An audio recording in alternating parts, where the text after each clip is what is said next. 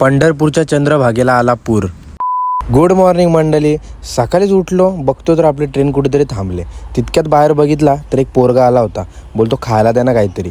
दिले ना 5 रुपये. झाला ना बाई खुश. तसाच नाश्ता करून घेतला आणि आपली ट्रेन चालू झाली. बघतो तर काय, काकीने एवढा मोठा चार्जर आणला होता की सगळ्या गावाचा फोन तिथे चार्जिंगला लागेल. मग काय बघता बघता पोहोचलो पंढरपूरला. बॅग वगैरे घेतली आणि उतरलो खाली. खाली उतरतो तर बघतोय तर काय, पंढरपूर स्टेशनला मंदिराचं स्वरूप दिला होता. खूप छान दिसत होतं. स्टेशन पासून शेअरिंग रिक्षा केली आणि येऊन पोहोचलो आपल्या रूम वरती. रूमच्या गॅलरीतून चंद्रभागेचा काय असा व्ह्यू दिसत होता.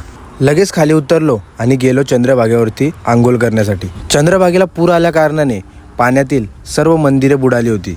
समोरचा हा व्ह्यू एक नंबर दिसत होता. लगेच पाण्यामध्ये उतरलो आणि आंघोळ करून घेतली आणि चंद्रभागेला नमस्कार केला. लगेच रूमवरती गेलो, चेंज केला आणि निघालो विठ्ठलाच्या दर्शनाला.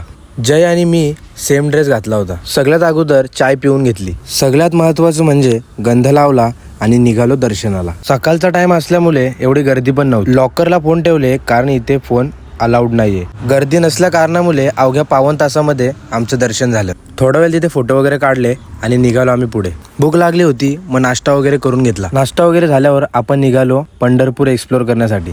सगळ्यात पहिले आपण गेलो विष्णुपद मंदिराजवळ. नदीला जास्त पाणी असल्या कारणाने आपल्याला तिकडे जाता नाही आलं, पण आपण लांबूनच दर्शन घेतला आणि निघालो पुढे. नंतर आपण गेलो श्री गोपालकृष्ण मंदिर, श्री क्षेत्र गोपालपूर इथे. आतमध्ये जुनी वास्तू आणि बघण्यासारखं बरंच काही. तुम्ही इथे आला तर नक्की भेट द्या. त्यानंतर आपण गेलो गजानन महाराजांच्या मंदिरात. शांतता आणि निसर्गामध्ये वेढलेला मंदिर खूप छान. आतमध्ये जाऊन दर्शन घेतला आणि निघालो आपल्या पुढच्या मंदिराकडे. आता आपण येऊन पोहोचलोय 4 धाम आणि 12 ज्योतिर्लिंग मंदिराकडे. इथे तुम्हाला 4 धाम आणि 12 ज्योतिर्लिंगचं दर्शन एकाच जागी होईल. 4 धाम आणि 12 ज्योतिर्लिंगचं दर्शन करून आपण येऊन पोहोचतो सहस्त्रकोटी नामजप मंदिर पंढरपूर इथे. इथे तुम्हाला सगळ्या देवी देवतांचे, संत महात्मांचे दर्शन एकाच जागी होईल आणि इथे बघण्यासारखं बरंच काही आहे. तर तुम्ही पंढरपूरला आलात तर इथे नक्की भेट द्या. शेवटला आपण गेलो श्री गोरा कुंभार मठ इथे. दर्शन घेतला, महाराजांना मुजरा केला आणि निघालो रूमवरती. तर बाय बाय मित्रांनो, भेटूया उद्या.